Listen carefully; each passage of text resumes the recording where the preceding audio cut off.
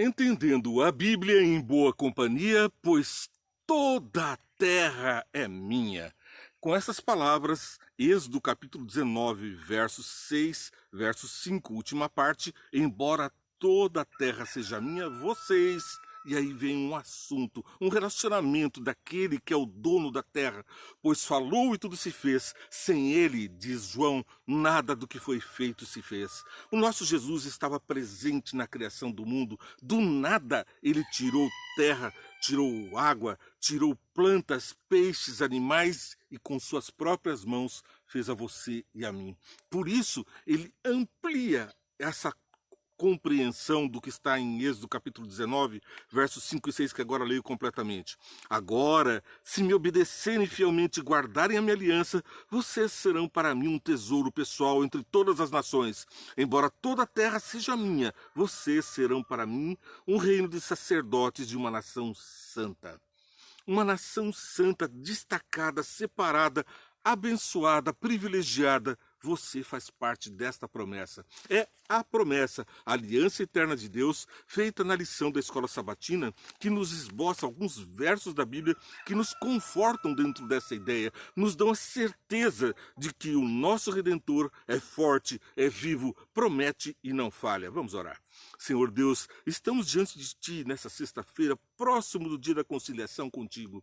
Estamos esperando as horas para passar deleitosamente contigo. Por ora, traz a nós compreensão dos textos da Tua palavra. O Teu Santo Espírito esteja entre nós, Deus Espírito Santo, contemplando com a Sua graça a nossa capacidade de entender, para que nós possamos compreender plenamente qual seja a Tua boa, justa vontade para cada um de nós. E assim abençoa todos que estão participando e assistindo. São pessoas a quem amo, são pessoas a quem o Senhor ama e por elas morreu.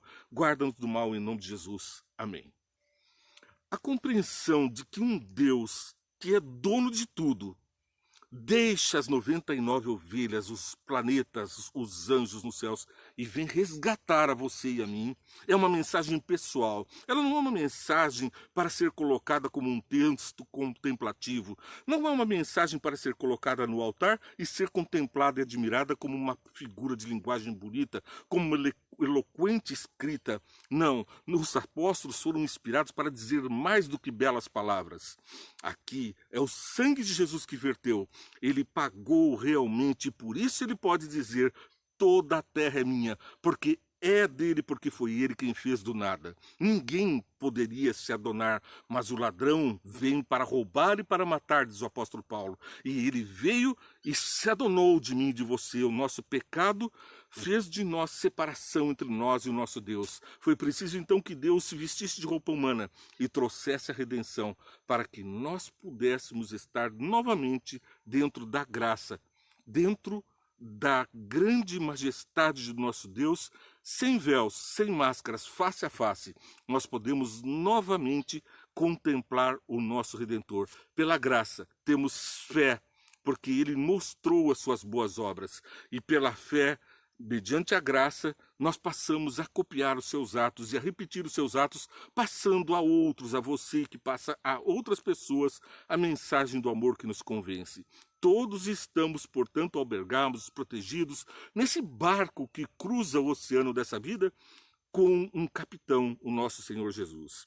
Pois então, a promessa que é feita em Êxodo capítulo 19, versos 5 e verso 6, elas nos garantem a firmeza, a fortaleza daquilo que ele prometeu.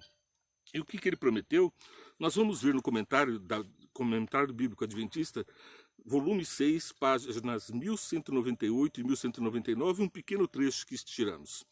O espírito de escravidão é gerado por se procurar viver de acordo com a religião legal, legalismo, uma religião que parte de fora para dentro e não do chamado de Deus no nosso coração. Pelo esforço de cumprir as reivindicações da lei em nossa própria força, há esperança para nós apenas nos colocarmos sob a aliança abrâmica, que é a aliança da graça, pela fé em Cristo Jesus. As pessoas se põem no jugo do pecado, no jugo da lei. Elas esperam cumprir a lei e assim serem santos. Mas Deus, Jesus disse: santo só é o Pai.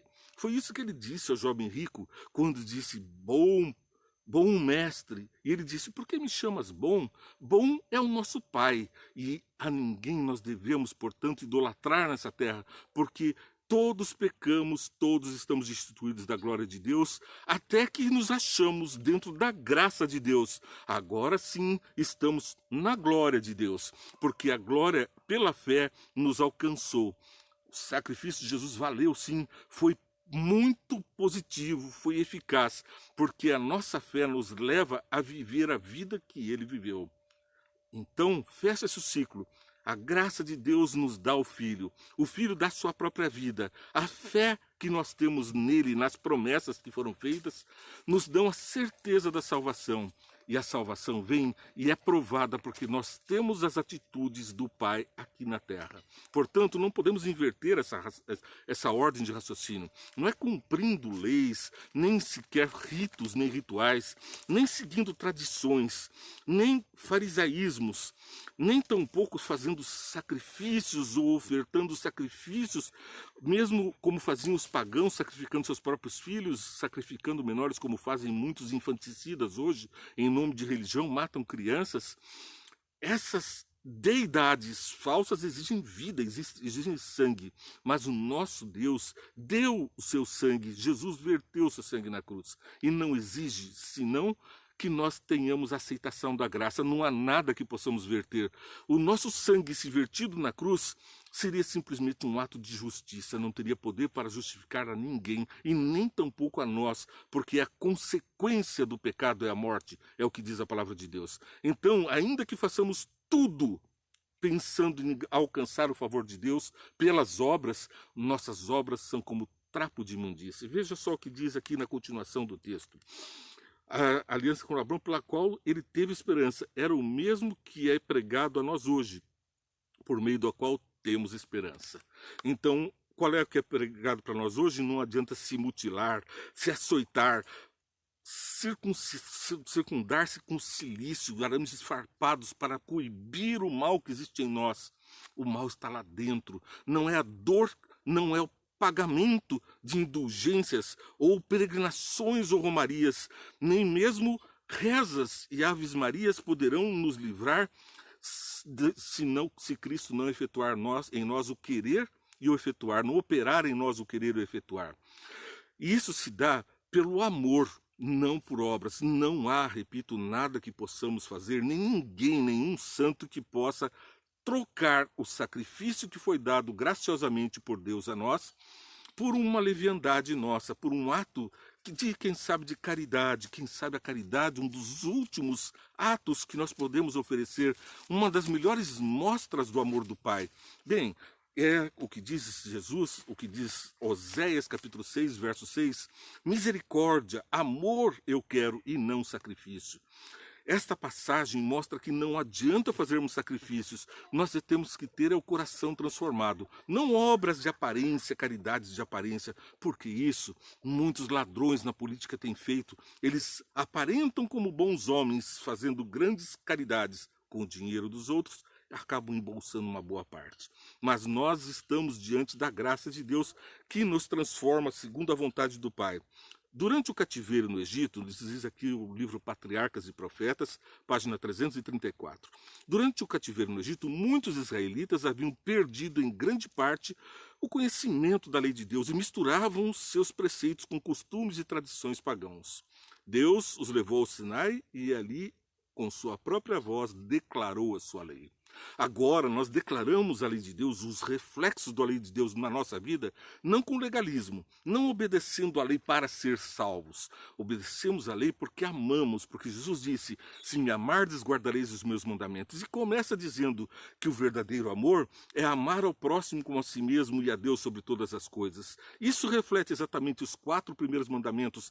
Honra teu Deus, não traz outros deuses diante de mim, não lembra-te do dia do sábado para santificar. Esses mandamentos que fazem com que nós não tomemos o nome do Senhor, nosso Deus, em vão, são a nossa relação de ama teu Deus sobre todas as coisas. Já os outros mandamentos dizem do amar ao próximo, é não matar, não roubar, não mentir, não cobiçar, não adulterar. Estas coisas nos fazem amar ao próximo. São os mandamentos de Deus resumidos naquelas 2 leis que Jesus repetiu e resumiu. Pois bem, nós vamos seguindo no nosso estudo e já partindo para a parte de finalização, nós temos que essas alianças foram concebidas para manter liberdade física e espiritual. Mas Israel subverteu. Ele esperava que no sacrifício de cordeiros aquilo se tornou tão comum, tão do dia a dia, cotidiano, que já o imolar o cordeirinho não significava a mesma coisa que significou para Adão. Adão, quando sacrificou aquela ovelhinha que caminhava junto com ele no paraíso, estava à sua volta, ele sentiu o terrível pesar do pecado. O sangue do cordeiro vertendo, que seria o sangue de Jesus, logo mais esperavam que ele viesse do seu próprio ventre, do ventre de Eva. Mas gerações se passaram até que do ventre da Virgem Maria, da santa mulher que Deus escolheu para pôr entre nós como aquela que educou o menino Jesus, aquela que gerou, aquela que pelo Espírito Santo se tornou mãe e mãe da humanidade e Espírito Santo, Pai da deidade Jesus. Ali, os céus e a terra se juntam para glorificar a Deus. E glorificar a Deus pelo nascimento do próprio Deus, que veio não só para nos ensinar, como dizem alguns, não só para dar bom exemplo. Ele veio para pagar os meus pecados e apagar os meus pecados. Portanto, a vitória esmagou a cabeça da serpente, segundo o que foi a primeira promessa em Gênesis capítulo 3, verso 15. Ali foi esmagada a cabeça da serpente. Não por obras nossas, mas pelos méritos de Cristo Jesus.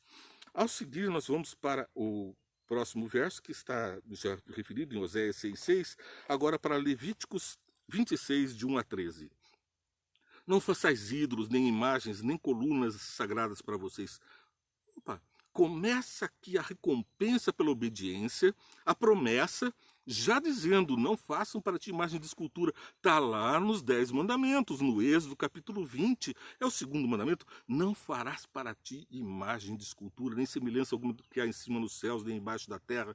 Aqui agora está, nem colunas sagradas para vocês. Não coloque nenhuma pedra esculpida em sua terra para curvar-se diante dela. Eu sou o Senhor, o Deus de vocês.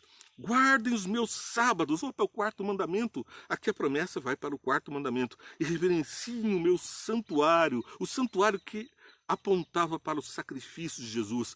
Todo o santuário, todos os objetos do santuário, o pão é o pão da vida. O altar é onde Deus coloca ali o seu próprio filho. E ali, então, tudo significa a salvação. Guarde os meus sábados, reverencie o meu santuário. Eu sou o Senhor. Se vocês seguirem os meus decretos e obedecerem os meus mandamentos, quais mandamentos? Ele deu exemplo aqui, ele citou alguns. Não são taxativos, são exemplificativos. Ele não disse são esses 2 mandamentos aqui, ídolos e sábados. Ele disse guardar os meus mandamentos e citou quais mandamentos como exemplo. Não disse que eram só esses, mas exemplificou. Reverencie o meu santuário, eu sou o Senhor. Se vocês seguirem os meus mandamentos e decretos e obedecerem os meus mandamentos e os colocarem em prática, eu lhes mandarei chuva na estação certa. A terra dará sua colheita e as árvores do campo darão o seu fruto. Que delícia estar entre as árvores do campo e poder colher dos seus frutos. Mas de que forma? A debulha prosseguirá até a próxima colheita das uvas. Você ainda vai estar tirando uvas, você vai estar debulhando os cachos para fazer o suco e ainda vai estar nascendo novas uvas. Não vai faltar o alimento, não vai faltar do melhor da terra. A terra que emana leite e mel será uma produção constante. A terra fortalecida, a planta fortalecida não precisará do descanso. Não dará apenas uma vez por ano o seu fruto. Ela continuamente, como a árvore da vida, de mês em mês, de 28 em 28 dias, de sábado em sábado, estaremos nos céus, participando da árvore da vida, que a cada mês produzirá um fruto diferente para a nossa vida eterna. O fruto de Jesus colocado diretamente na nossa boca aqui na terra, quando nos alimentamos, significa que ele também providenciou a árvore da vida para nós. As uvas prosseguirá até a próxima plantação e vocês comerão até ficarem satisfeitos e viverão em segurança na sua terra. Estabelecerei paz na terra e vocês se deleitarão e ninguém os amedrontará. Farei desaparecer até os animais selvagens e a espada não passará pela sua terra. De novo nós teremos o leão e o cordeiro pastando juntos, como dizem em Apocalipse. O leão e o cordeiro pastando juntos. É a promessa da restauração da forma do Éden, da nossa imagem e semelhança conforme Deus. Vocês perseguirão os seus inimigos e esses cairão a espada diante de vocês. 5 de vocês perseguirão 100, 100 de vocês perseguirão 10.000 e os seus inimigos cairão a espada diante de vocês. Eu me voltarei para vocês e os farei prolíferos e multiplicarei e guardarei a minha aliança com vocês. Vocês ainda estarão comendo da colheita armazenada no ano anterior, quando terão que se livrar dela para dar espaço para a nova colheita. Estabelecerei a minha habitação entre vocês e não os rejeitarei. Andarei entre vocês e serei o seu Deus, e vocês serão o meu povo. Que promessa mais abençoada, uma promessa melhor que a outra, dentro das mesmas promessas, ampliação do texto, do contexto por Deus, ampliando as bênçãos dessas promessas. Eu sou o Senhor, o Deus de vocês, que os tirou da terra do Egito para que não mais fossem escravos deles. Quebrei as traves do jugo que os prendia e os fiz andar de cabeça erguida. Andamos por esse mundo de cabeça erguida porque somos filhos do dono da terra. Eu sou o dono da terra, ele diz, nós lemos agora há pouco, e eu sou filho do dono da terra, herdeiro desse reino, herdeiro dessa terra. Como disse em programas anteriores, recitando a palavra de Deus, a Bíblia, nós viveremos nessa terra como herdeiros universais deste planeta. Deuteronômio capítulo 28, de 1 a 15, se vocês obedecerem fielmente ao Senhor, e aqui repete as bênçãos antes anunciadas para aqueles que guardam os mandamentos, o seu Deus, e seguirem cuidadosamente todos os seus mandamentos que hoje lhes dou, o Senhor, seu Deus, os colocará muito acima de todas as nações da terra. Todas essas bênçãos virão sobre vocês e os acompanharão se vocês obedecerem ao Senhor teu Deus. E agora eu passo a fazer minhas as palavras de Deus para a sua vida, pedindo a Deus que realmente contemple a sua vida com essas bênçãos. Veja, bênçãos que eu desejo para aqueles que amo, é você a quem eu desejo essas bênçãos. Vocês serão abençoados na cidade, serão abençoados no campo, os filhos do seu ventre serão abençoados, como também as colheitas da sua terra. Prosperidade. E os bezerros e os cordeiros dos seus rebanhos, a sua cesta e a sua amassadeira serão abençoadas. Vocês serão abençoados em tudo que fizerem, o seu alimento te dará saúde, serão abençoados o seu alimento. O Senhor concederá que sejam derrotados diante de vocês os inimigos que os atacarem. Virão a vocês por um caminho e por esse 7 fugirão. O Senhor enviará bênçãos aos seus celeiros e a tudo que suas mãos fizerem, o Senhor, seu Deus, os abençoará na terra que lhes dá. O Senhor, então, promete bênçãos maravilhosas, cada vez maiores. O Senhor fará de vocês o seu povo santo, conforme prometeu sob juramento, se obedecer aos mandamentos do Senhor, o seu Deus, se obedecer aos mandamentos do Senhor, seu Deus, e andarem nos caminhos dele. Então todos os povos da terra verão que vocês pertencem ao Senhor e terão medo de vocês, respeito por vocês. Saberão que vocês são filhos de Deus abençoados, porque a sua vida será luz para o caminho, lâmpada para os pés, seguindo a palavra de Deus. Quando nós seguimos a palavra de Deus, somos luz para o caminho dos outros também. O Senhor abrirá o céu e o depósito do seu tesouro para enviar chuva à sua terra no devido tempo e para abençoar todo o trabalho das suas mãos. Vocês emprestarão a muitas nações e de nenhuma tomarão emprestado. O Senhor fará de vocês a cabeça das nações e não a cauda. Se obedecerem os mandamentos do Senhor e o seu Deus, que hoje lhes dou, e seguirem cuidadosamente, vocês estarão sempre por cima e nunca por baixo. Veja, a condição da aliança sempre está atrelada à obediência. Mas não é a obediência que nos salva. Nós fomos salvos, Cristo já morreu, todos nós estamos salvos. Acontece que alguns rejeitam essa salvação, não acreditam. Sem fé, impossível agradar a Deus. Outros desdenham da graça, querem fazer por suas próprias mãos, por sua força. Ficam aterrados, soterrados, sem esperança, porque não conseguem vencer a tendência pecaminosa. Mas por Jesus, em Jesus, recebemos essas bênçãos. Então vocês estarão sempre por cima e nunca por baixo. Não se desviem nem para a direita nem para a esquerda de qualquer dos mandamentos que hoje lhes dou, e para seguir outros deuses e prestar-lhe cultos. Qual é o mandamento que hoje lhes dou? Ele está dizendo aqui, novamente, exemplificativamente, outros deuses lhe prestar cultos. O que é que diz lá os 10 mandamentos? Não terás outros deuses diante de mim. Eu sou o Senhor teu Deus que te tirou da terra do Egito, da terra do pecado. Te tirei do mundão. Não terás outros deuses diante de mim, não te prostrarás, não farás ídolos, não construa para você subjugadores, porque eu te dei cabeça erguida, liberdade. Bênçãos ou maldições, porque em seguida conta a triste história que me fez chorar muito essa semana.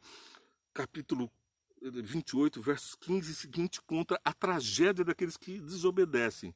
É muito duro, é muito triste. Leia, se você tiver um coração amolecido, vai desfalecer de ver o caminho dos maus, o que acontece. Zombaria e de riso para todas as nações, para onde o Senhor os levar. Está lá no verso 36. A sequência, aqui eu resumi, nesse pequeno trecho, todo o mal que é consequência de desobedecer a Deus. Pensam que estar livres dos mandamentos. Pensam que não vão matar você. Pensam que não vão mentir para você, que não vão roubar você, cobiçar a tua mulher, adulterar. Você pensa que não vão colocar outros deuses, outros ídolos para você? Satanás não vai fazer você se prostrar diante dos deuses que você elegeu? São as maldições que Deus anuncia como consequências da má escolha. Não que ele force a pessoa nesse mau caminho, mas como consequências das próprias escolhas. Pois bem, nós vemos novamente que lembrar o que está lá em Êxodo 19, versos 5 e 6. Vocês serão para mim um reino sacerdotes, uma nação santa. Essas são palavras que você dirá. Estou dizendo, escuta, vê e entende. É um programa que vai diariamente ao ar para você. É feito pensando em você, para você curtir, compartilhar, seguir, trazer essa programação para a sua vida e abençoar a vida dos que você ama com essa programação também. Um pouquinho antes, nós trouxemos 5 minutos. Vem, entende? Esse programa resumido em 5 minutos.